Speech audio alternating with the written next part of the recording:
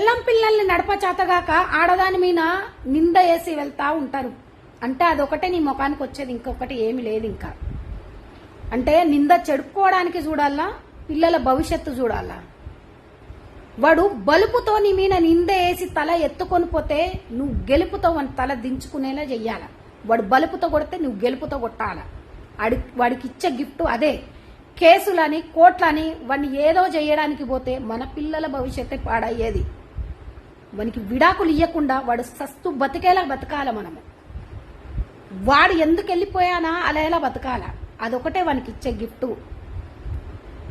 మనం ఏదో కేసులు కోట్లని కేసుల చుట్టూ కోట్ల చుట్టూ తిరిగితే మన పిల్లల భవిష్యత్తు బజార్కు వస్తుంది.